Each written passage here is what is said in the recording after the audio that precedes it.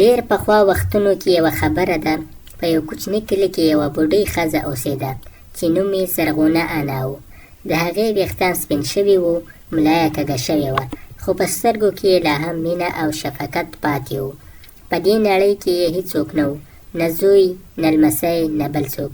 ټوله ورځ به له یو کلي نه بل کلي ته ګرځېده، سوال به یې کاوه او چې څه به یې ترلاسه کول همغه باندې به یې ژوند کاوه. یوه ورځ سخت باران شو. زرغونه انا لمده لمده وه. یوه لرې کلي ته ورسېده.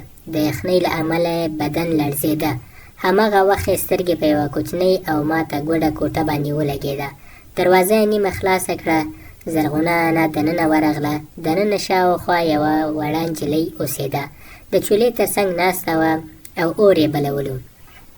د نجلۍ نوم ګلمینه و. کله چې هغې زرغونه انا ولیده حیرانه شوه. ویې ویل: انا، ته خو په دومره باران کې پوله لمده شوې یې. ګلمینې سمدستي پورته شوه. یو زوړ څادر یې راوړ، په انا یې واچوه. بیا یې د هغې پښې په ګرمو اوبو ومینځلې او د چولې تر څنګ یې کېښودلې. وروسته یې په یو کاسه کې ورته چای تیار کړ او ور یې کړ. د زرغونې انا سترګې له اوښکو ډکې شوې. له ډېرو کلونو وروسته چا ورسره دومره مینه وکړه. ورو ورو دواړو خبرې پیل کړې. ګلمینې وویل چې مور او پلار یې د ناروغۍ له امله مړه شوي دي. له هغه وخت راهیسې هغه یوازې په همدې کور کې ژوند کوي چې څه پیدا شي هغه خوري، او که نه وي نو وږې ویده کېږي. د زرغونې انا زړه نرم شو. هغه شپه باران ډېر سخت و. ګلمینې زرغونې انا پرېنښوده چې ولاړه شي. دواړه په یو کټ کې ویدې شوې.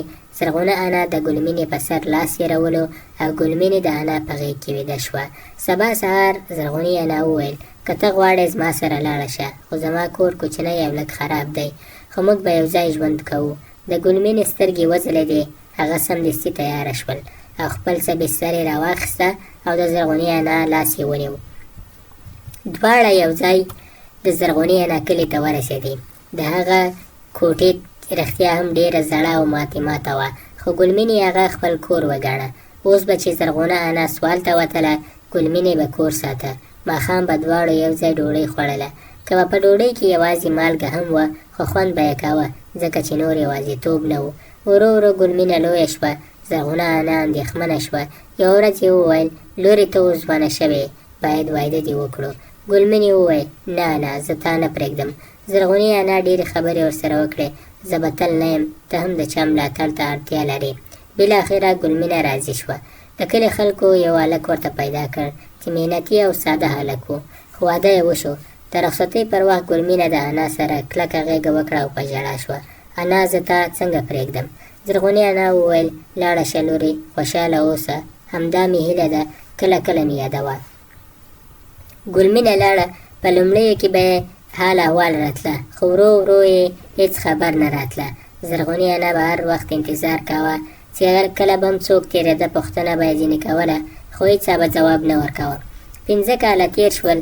زرغونه انا لا نوره هم کمزوره شوې وه. یوه ورځ یې پرېکړه وکړه: زه به خپلې لور کور ته لاړه شم.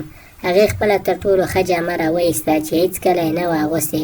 ویې ویل: دا به ګلمینې ته ورکړم. بیا یې وچې ډوډۍ او څه پیاز واخیستل او روانه شوه. څو ورځې روانه وه. پښې یې وچاودېدې، بدن یې ستړی شوی و، خو په زړه کې یې هیله وه: زه باید خپلې ګلمینې ته ورسېږم. بالاخره هغه د ګلمینې کلي ته ورسېده. اوس ګلمینه په یوه لویه ښکلې ماڼۍ کې اوسېده. زرغونې انا دروازه ته ولاړه وه. لاسونه یې یو ځای کړل او ویې ویل: زما لور ته ووایاست چې د هغې انا راغلې ده. خو یو نوکر وویل: ځه لاړه سه بوډۍ، ته زموږ د مالکې انا نشې کېدی. همغه وخت ګلمینه هم د کور نه بهر ووته. په ښایسته او قیمتي جامو کې وه. زرغونې انا په اوښکو باندې وویل: لورې، زه یم ستا انا زرغونه. ګلمینې په سړه لهجه وویل: ته غلطه شوې، زه هېڅ سوالګر نه پېژنم. زرغونه انا ولړزېده. هغه په رپېدلو لاسونو هغه جامه راوایسته او ویې ویل: دا مې ستا لپاره راوړې ده.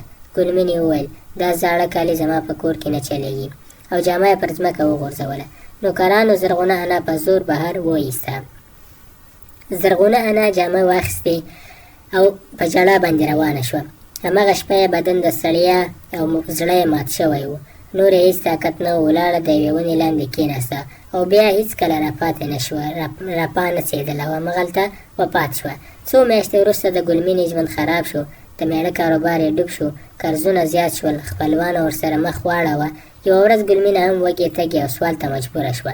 د لارې په تېرېدو سره هغه هماغه ونې ته ورسېده چېرته چې زرغونه نه مړه شوې وه. د کلي خلکو وویل دلته یوه بوډۍ وه چې مړه شوې وه او د هغې سره یوه زړه جامه هم وه. د ګلمینې ساه بنده شوه. هغې په زوره زوره وژړل. دا زما انا وه. زما غرور زړنده کړی وم. انا ما وبخه. خو اوس د بخښنې غوښتلو لپاره هېڅ نه و پاتې. د کیسې زده کړه چا چې تا ته په یوازیتوب کې ملاتړ درکړ او بې له کومې ګټې مینې در سره وکړه، هېڅکله یې مه هېروه. پیسې، کور او عزت ځي او راځي، خو که انسانیت او اړیکې ماتې شي، بیا یې جوړول ډېر ګران کار دی. که ستا په ژوند کې هم داسې څوک شته، نو نن ورځ یې قدر وکړه. سبا ښایي ډېر ناوخته وي. که مو کیسه خوښه شوې، چینل در سره سبسکرایب کړئ او دا ویډیو هم لایک کړئ او د نورو ویډیوګانو لپاره په تمه.